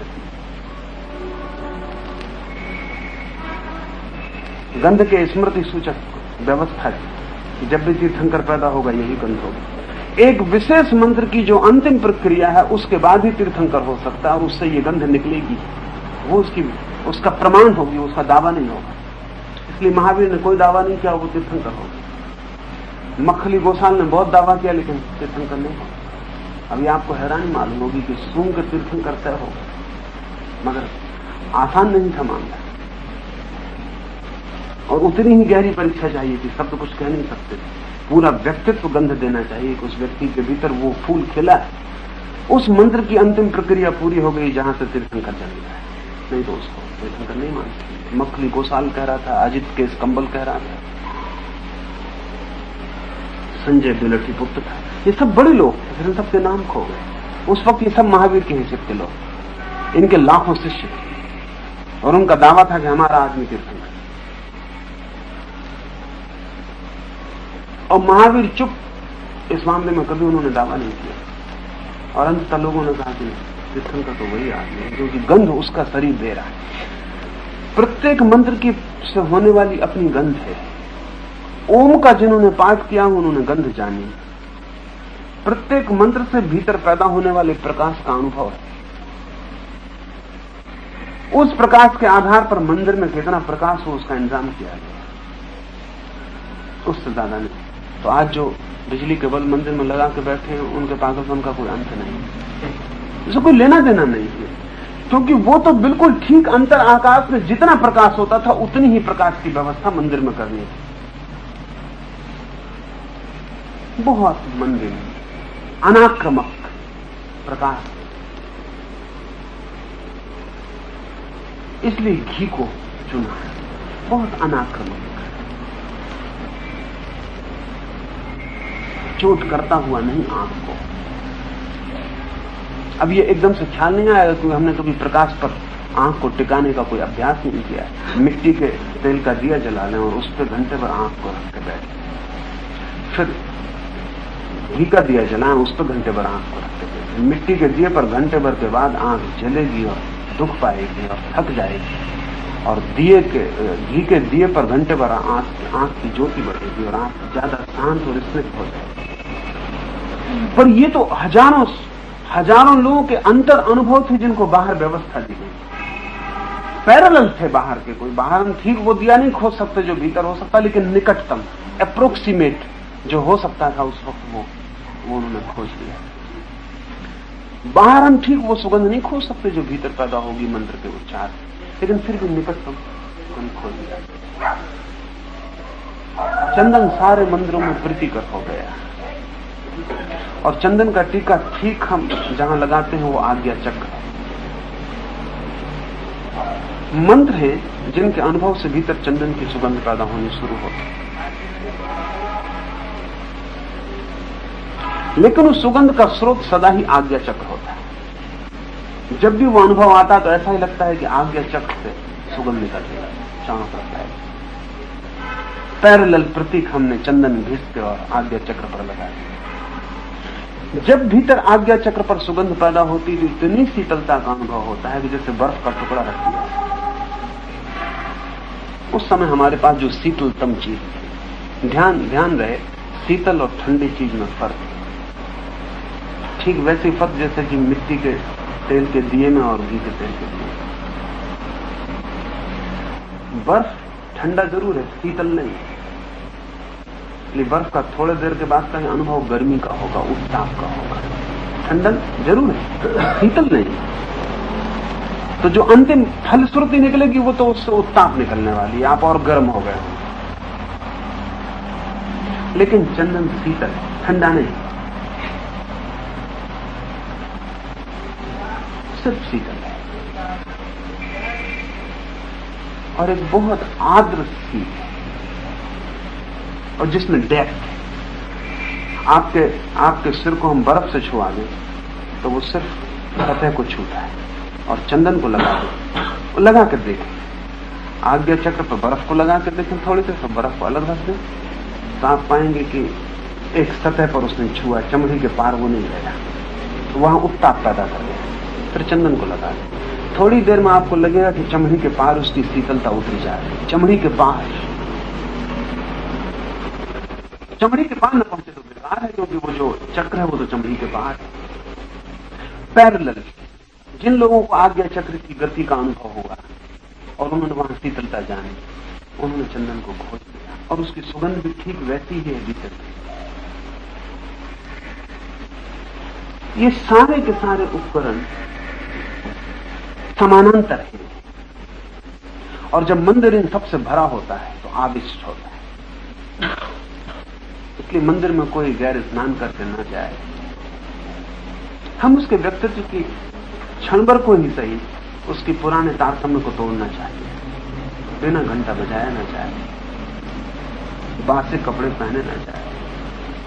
सच तो यह है कि ठीक मंदिर में कपड़े पहनने के लिए जो व्यवस्था थी वो रेशम के ही कपड़े पहनते थे, क्योंकि शरीर की विद्युत को पैदा करने में बड़ा और उसको संरक्षित करने में।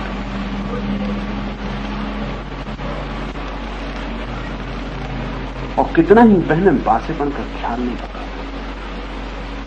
किसी गहरे अर्थ में ताजा बना रहता।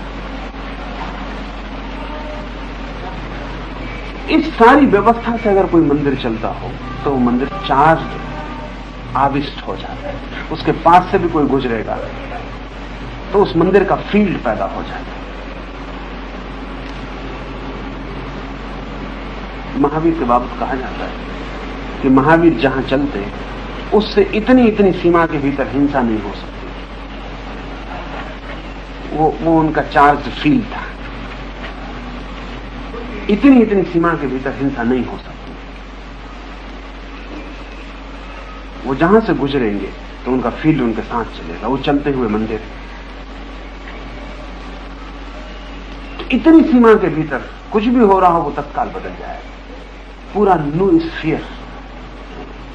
टेलर चार्जिन ने एक नया शब्द गढ़ा है, न्यू स्फीयर, एटमॉस्फेयर की जगह।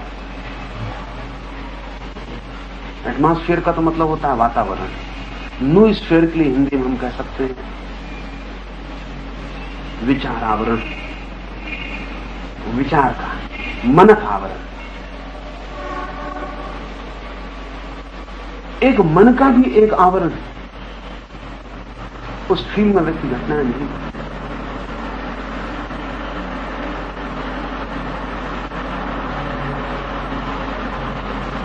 इसलिए पुराने गुरु के आश्रम में अगर कोई गलत काम हो जाए तो शिष्यों को सजा नहीं दी जाती थी, गुरु अपने को सजा दे देता। उसका मतलब है कि फील्ड नहीं,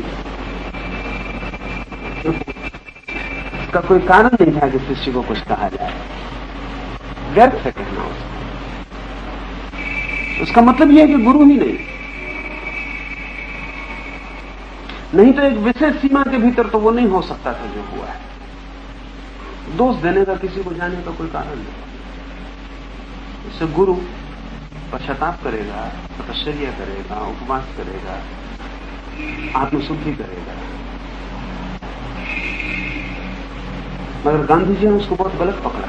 वो आत्मशुद्धि दूसरे के लिए प्रताड़ना नहीं है। वो इसलिए नहीं है कि इस तरह हम अपने को सता के उस दूसरे पर दबाव डाल दें और उसका अंतःकरण बदल लेंगे। वो समझ नहीं पाए, उनको उसका पता भी नहीं था। वो जो गुरु ऐसा करता था वो उसको बदलने के लिए नहीं करता था, वो सिर्फ जो फील्ड है उसके आसपास उसको बदलने के लिए करता है। और अगर वो फील्ड बदलता है, वो विचार आवरण बदलता है तो वो आदमी बदलेगा।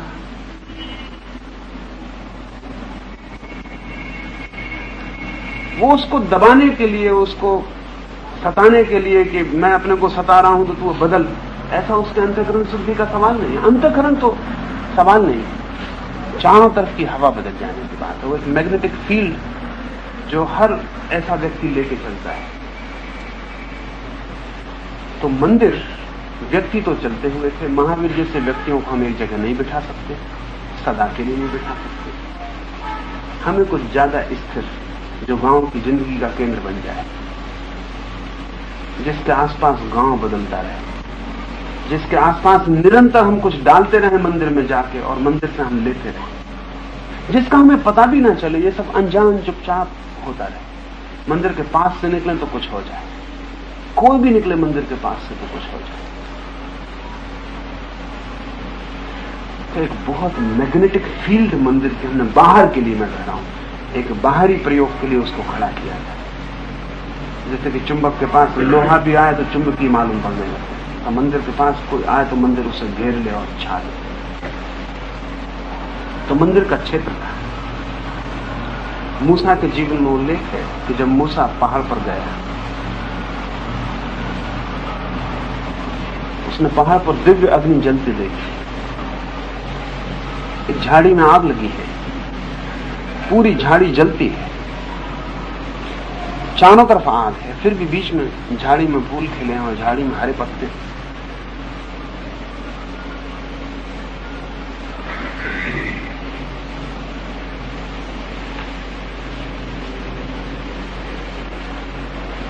मूसा परमात्मा की खोज में है, वो एकदम आगे बढ़ा तो झाड़ी से जोर से आवाज आई कि ना समझ, जूते सीमा के बाहर छोड़। सीमा वहां कोई न थी, खुला जंगल था। सीमा वहां कोई न थी, खुला जंगल था।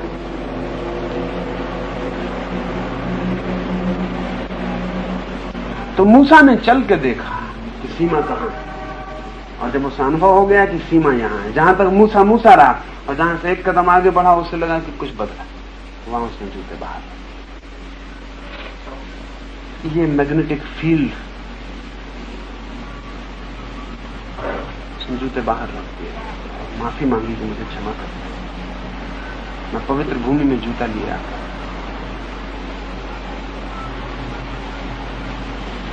मंदिर का एक वर्तुल है, उसके अपने आविष्ट क्षेत्र का, जो बहुत जीवंत है। उस जीवंत वर्तुल का पूरे गांव के लिए उपयोग था, और उसने परिणाम लाए थे। हजारों साल तक भारत के गांव की जो निर्दोषता और पवित्रता थी, उसके लिए गांव कम जिम्मेवार था, उसके गांव का मंदिर आविष्ट था, वही ज्यादा जिम्मेवार था। तो जिस गांव में मंदिर नहीं था, उससे दीन गांव नहीं था। तो कितनी गरीब गांव हो, मंदिर तो उसका हो नहीं है, तो मंदिर के बिना तो सब अस्त हो जाए।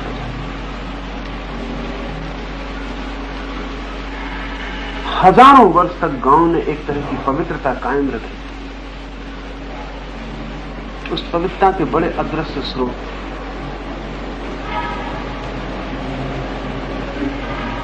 और पूरब की संस्कृति को तोड़ने के लिए जो सबसे बड़ा काम हो सकता था, वो मंदिर के आविष्ट रूप को तोड़ देना था। मंदिर का आविष्ट रूप टूट जाए तो पूरब की पूरी संस्कृति का जो आत्मस्रोत है वो बिखर जाता है। इसलिए मंदिर पर भारी संदेह, और जो भी पढ़ा लिखा हुआ थोड़ा, जिसे मंदिर के जीवंत रूप का कोई अनुभव नहीं रहा, और जिसने केवल शब्द और तर्क सीखे स्कूल और कॉलेज में, जिसके पास सिर्फ बुद्धि रही और हृदयगत कोई द्वार ना रहा, उसे मंदिर के पास जाकर कुछ दिखाई नहीं पड़ा। उसने कहा कुछ भी नहीं। धीरे धीरे वो मंदिर का आविष्ट रूप टूटता चला। भारत पुनः कभी भारत नहीं हो सकता जब तक उसका मंदिर जीवंत ना हो जाए। कभी पुनः भारत नहीं हो सकता। उसकी सारी कीमिया, सारी अल्केमी ही मंदिर में थी, जहां से उसने सब कुछ लिया था। चाहे बीमार हुआ हो तो मंदिर भाग कर गया था, चाहे दुखी हुआ हो तो मंदिर भाग कर गया था, चाहे सुखी हुआ हो तो मंदिर धन्यवाद देने गया था, घर में खुशी आई हो तो मंदिर में प्रसाद चढ़ा आया था, घर में तकलीफ आई हो तो मंदिर में निवेदन कर आया था। सब कुछ उसका मंदिर था। सारी आशाएं, सारी आकांक्षाएं, सारी अभिप्साएं उसके मंदिर के आसपास। खुद कितना ही दीन रहा हो, मंदिर को उसने सोने और हीरे जवाहरातों से सजा रखा। आज जब हम सिर्फ सोचने बैठते हैं तो बिल्कुल पागलपन मालूम पड़ता है। जहां आदमी भूखा मर रहा है, मंदिर को उठा के अस्पताल बना दो, एक स्कूल खोल दो, इसमें शरणार्थी ठहरा दो, मंदिर का कुछ उपयोग कर दो। क्योंकि मंदिर का उपयोग हमें पता नहीं है, इसलिए वो बिल्कुल निरुपयोग ही मालूम हो रहा है, उसमें कुछ भी तो नहीं। और मंदिर में क्या जरूरत सोने की, और मंदिर में क्या जरूरत हीरों की, जबकि लोग भूखे मर रहे हैं। लेकिन भूखे मरने वाले लोगों ने मंदिर में हीरा और सोना बहुत दिन से लगा रखा है। उसके कुछ कारण थे। जो भी उनके पास श्रेष्ठ था वो मंदिर में रखा है, क्योंकि जो भी उन्होंने श्रेष्ठ जाना था वो मंदिर से ही जाना था। इसको उत्तर में उनके पास कुछ देने को नहीं था। न सोना कुछ उत्तर था, न हीरे कोई उत्तर थे। लेकिन जो मिला था मंदिर से, उसका हम कुछ और भी तो वहां नहीं दे सकते थे। वहां को धन्यवाद देने को भी नहीं था। तो जो भी था वहां रखा है। अकारण नहीं था वो, लाखों साल तक अकारण कुछ नहीं चलता।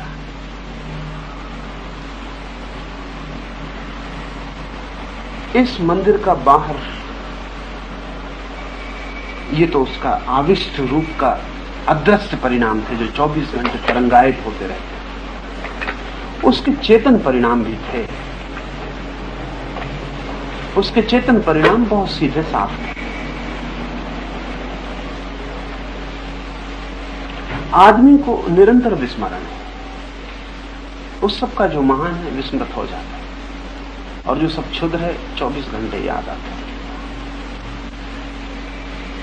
परमात्मा को याद रखना पड़ता है, वासना को याद रखना नहीं पड़ता, वो याद आती है। गड्ढे में उतर जाने में कोई कठिनाई नहीं होती, पहाड़ चढ़ने में कठिनाई है।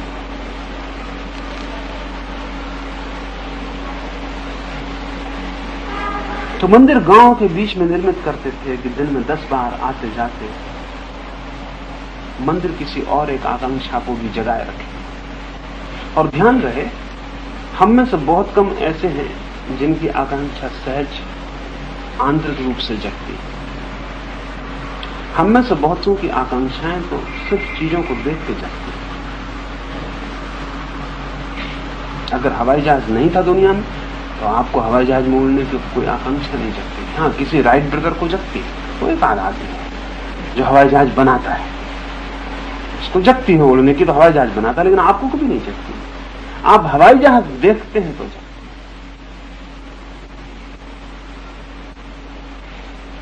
हमें चीजें दिखाई पड़ती हैं तो हमारे भीतर उन्हें पाने की आकांक्षा जगती है। तो परमात्मा का कहीं ना कहीं कोई साकार रूप जो हमें दिखाई पड़ सके, जो हम अंधों के मन में कहीं प्रवेश कर सके, जो कि निराकार के लिए आतुर नहीं हो सकते। जो हो सकते हैं उनके लिए तो कोई सवाल नहीं। इसलिए जो हो सकते थे उन्होंने कई लिहाज से मंदिर को नुकसान पहुंचा दिया, उसमें भूल गए। जो हो सकते थे निराकार से आविष्ट, उन्होंने कहा बेकार है, हटा दो। मैं खुद ही निरंतर कहा हूं कि बेकार, हटा दो। लेकिन धीरे धीरे मुझे ख्याल में आया कि ये जो मैं कह रहा हूं, अगर ये मंदिर हट गया तो जिनको आकार से कुछ स्मरण नहीं आया उनको निराकार से आ सकेगा। तो कई बार कठिनाई हुई है। महावीर अगर अपनी हैसियत से बोलेंगे तो कहेंगे हटा दो, क्योंकि महावीर को कोई जरूरत नहीं पड़ी। लेकिन कभी आपका ख्याल आ जाए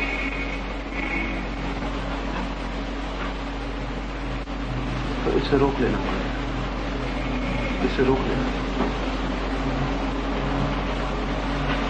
ये आपके लिए 24 घंटे आकांक्षा का एक नया स्रोत बना रहता है। एक और द्वार भी है जीवन में, दुकान और घर ही नहीं, धन और स्त्री ही नहीं, एक और द्वार भी है जीवन में जो न बाजार का हिस्सा है, न वासना का हिस्सा है, न धन मिलता है वहां, न यश मिलता है वहां, न काम तृप्ति होती है वहां। एक जगह और भी है, एक जगह और भी है। ये गांव में ही नहीं है, जीवन में एक जगह और है। इसके लिए धीरे धीरे ये मंदिर रोज आपको याद दिलाता है। और ऐसे क्षण है जब बाजार से भी आप उब जाते हैं, और ऐसे क्षण है जब घर से भी उब जाते हैं।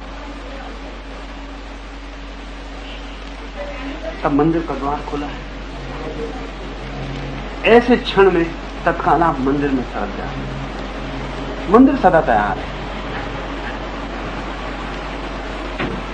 जहां मंदिर गिर गया वहां फिर बड़ी कठिनाई है, विकल्प नहीं।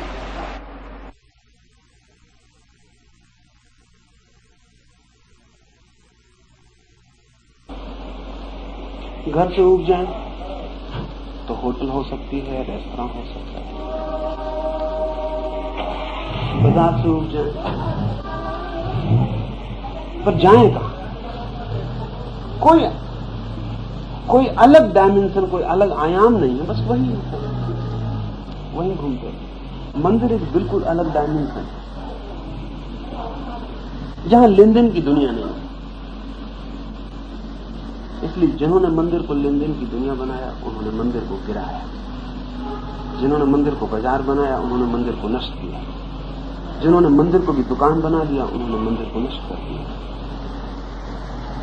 मंदिर लेन देन की दुनिया नहीं है, सिर्फ एक विश्राम, एक विराम, जहां आप सब तरफ से थके मानते हैं, चुपचाप वहां सिर छुपा सकते। और वहां की कोई शर्त नहीं है कि आप इस तरफ पे आओ, कि इतना धन हो तो आओ, कि इतना ज्ञान हो तो आओ, कि इतनी प्रतिष्ठा हो तो आओ, कि ऐसे कपड़े पहन के आओ कि मत आओ। वहां की कोई शर्त नहीं।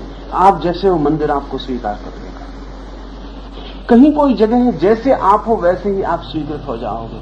ऐसा भी शरण स्थल है। और आपकी जिंदगी में हर वक्त ऐसे मौके आएंगे जबकि जो जिंदगी है तथाकथित उससे आप उबे होंगे। उस क्षण प्रार्थना का दरवाजा खुला है। और एक दफे भी वो दरवाजा आपके भीतर भी खुल जाए तो फिर दुकान पे भी खुला रहेगा, मकान में भी खुला रहेगा। वो तत्काल निरंतर पास होना चाहिए, जब आप चाहो वहां पहुंच सको। क्योंकि आपके बीच जो जिसको हम विराग का क्षण कहें वो बहुत अल्प है, कभी क्षण भर को होता है। जरूरी नहीं कि आप तीर्थ जा सको, जरूरी नहीं कि महावीर को खोज सको, कि बुद्ध को खोज सको। वो इतना अल्प है कि उस क्षण बिल्कुल निकटतम आपके कोई जगह होनी चाहिए जहां आप प्रवेश कर सकते।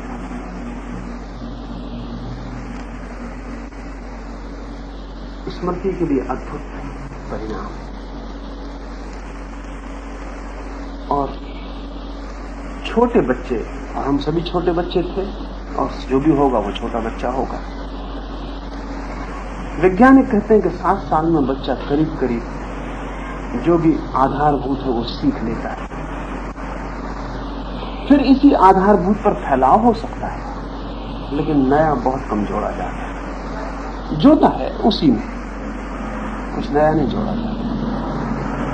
अगर हमने 7 साल के बच्चे तक की जिंदगी में मंदिर नहीं जोड़ा तो आप दोबारा नहीं जोड़ पाएंगे। बहुत कठिन हो जाए, बहुत कठिन हो जाए। और कितना ही जोड़ने की मेहनत की जाए वो कभी गहरा नहीं हो पाएगा, ऊपर ऊपर से रह जाए। तो बच्चा पहले दिन पैदा हुआ और मंदिर,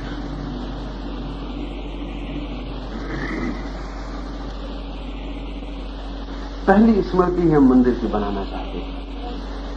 वो मंदिर के पास ही बड़ा हो, वो मंदिर को जानता हुआ बड़ा हो, वो मंदिर को पहचानता हुआ बड़ा हो। मंदिर उसके अंतरंग का हिस्सा बन जाए। जब वो जिंदगी में प्रवेश करे तो उसके भीतर मंदिर के लिए एक जगह बनी रहे, क्योंकि अंततः वही जगह उसका विश्राम स्थल बनेगी जीवन के अंत। सारी दौड़ धूप के बाद वही कोना उसका आखिरी घर और निवास होने वाला है। वो हमें पहले ही बना देना।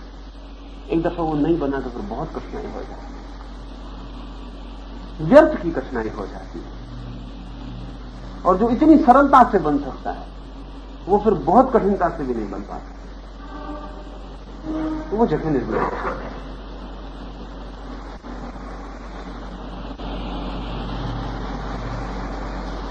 बाहर जो भी लोग जी रहे हैं, मंदिर की प्रतिबिंब उनके चित्र में उतरते चले, उनके अचेतन में इतने गहरे उतर जाए कि सोच विचार का भी हिस्सा न रह जाए, वो उनके हिस्से की रह जाए।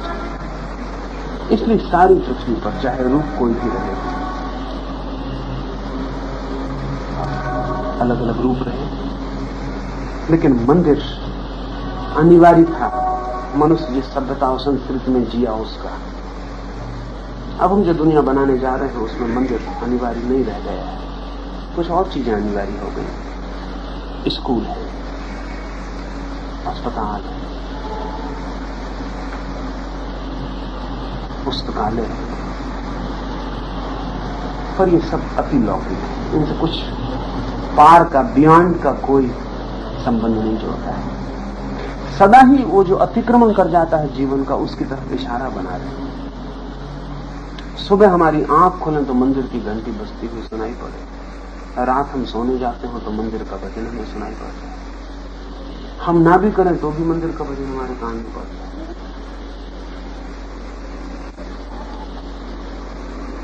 महावीर के जीवन में कथा है, एक आदमी है चोर, मर रहा है। अपने बेटे को उसने कहा है, बेटे ने पूछा है कि कोई आखिरी शिक्षा, उसने कहा एक ही शिक्षा है कि जो महावीर नाम का आदमी है इसके पास की मत फड़कना। ये अगर तुम्हारे गांव में बोलता हो, दूसरे गांव में भाग जाए। ये अगर रास्ते से गुजरता हो, फौरन गली कूचे में कहीं भी निकल के छिप जाए। अगर पता ना चले और तुम ऐसी जगह पहुंच जाओ जहां उसकी आवाज सुनाई पड़ रही हो, फौरन अपने काम बंद करके, आंख बंद करके दौड़ रहा। इस आदमी से बचना। छोड़ने का नहीं, इतना डरने की इस आदमी से क्या जरूरत। मैं तुमसे कहता हूं वो मानो। ऐसे आदमियों के पास गए तो अपना धंधा सदा खतरे, फिर हम नहीं जी सकते। उनसे बचना। फिर बड़ी मजेदार कथा है। वो बसता रहा जिंदगी भर, भागता रहा, जहां महावीर आए वो वहां से।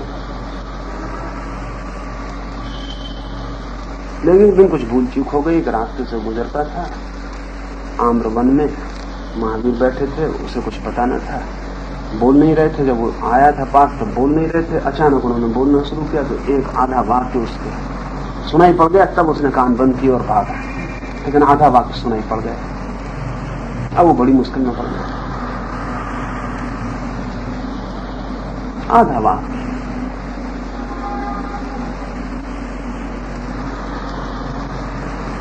पुलिस उसके पीछे थी, राज उसके पीछे था। कुछ 10-15 दिन बाद वो पकड़ा गया। लेकिन इतना कुशल चोर था, पीढ़ी दर पीढ़ी का उसका धंधा था। इतना कुशल चोर था कि राज के पास कोई भी प्रमाण न था। जाहिर था सब कि चोर वही है। जाहिर था बड़ी चोरियां उसी ने की हैं। सबको पता था, इसमें छिपा भी कुछ न था। जाहिर रहस्य था, लेकिन फिर भी प्रमाण कुछ न थे। कुशल ऐसा था, लोगों के घरों में खबर करके चोरी कर लेता था, पर प्रमाण नहीं थे कोई। तो सिवाय इसके कोई रास्ता नहीं था कि कोई प्रमाण उससे ही निकलवाया जाए। तो उसे गहरा नशा करके बेहोश किया। इतना बेहोश रखा उसे 2-3 दिन बिल्कुल होश में नहीं आने दिया। 2-3 दिन के बाद वो होश में आया। उसने आंख खोली तो 3 दिन की बेहोशी, खुमारी। देखा चारों तरफ अप्सराएं खड़ी। मैं पूछा, मैं कहां हूं?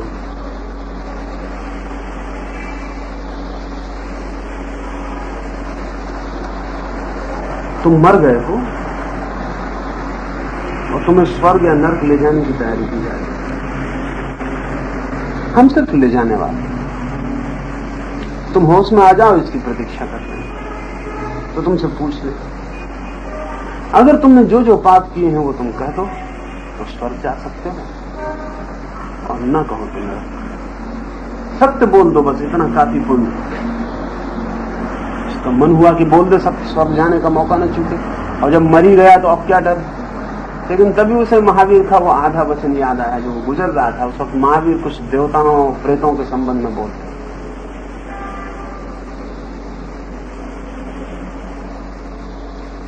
मृत्यु के पार जो यम ले जाते हैं उनके संबंध में कुछ समझाते। आधी वाक्य उसने सुना था। इसमें महावीर कह रहे थे कि वो जो ले जाते हैं मृत्यु के बाद, उनके पैर उल्टे होते। तो उसने उनके पैर देख लिए, वो सब तो सीधे थे। सजग हो गया। उसने जाकर हिंदी में पढ़ने की कोई जरूरत नहीं। सजग हो गया, उसने समझ गया कि कुछ गड़बड़ मान रहा। होश आ गया। बात उसने कुछ कहा नहीं। उसने कहा कि पाप तो कुछ किए नहीं, तो वक्तव्य क्या दूं? नरक ही ले चलो। पाप मैंने कुछ किया नहीं, तो नरक तुम ले जाओगे कैसे? तो सब योजना व्यर्थ हो गई। वो भागा हुआ महावीर के पास पहुंचा, जाकर उनका पैर पकड़ लिया और कहा कि पूरा वाक्य करो। आधे वाक्य ने बचा लिया है, अब तुम्हारा पूरा वाक्य सुन लो।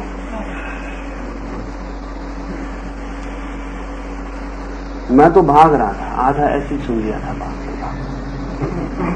उसने बचा ली जिंदगी, फांसी लग गई हो। अब तुम पूरा कह दो क्या कहना है, नहीं तो फांसी कभी न कभी लगेगी कि अब मैं आ गया तुम्हारी शरण। तो महावीर अक्सर कहा करते थे कि आधा वाक्य भागते हुए जबरदस्ती सुना गया भी कभी काम का हो जाता। तो मंदिर के पास से कभी भागता हुआ आदमी की, ऐसे अकारण गुजरता हुआ आदमी की, कभी उसके भीतर से उठती ध्वनि को, कभी उसके भीतर से आती सुगंध को, ऐसे ही सुनते तो भी काम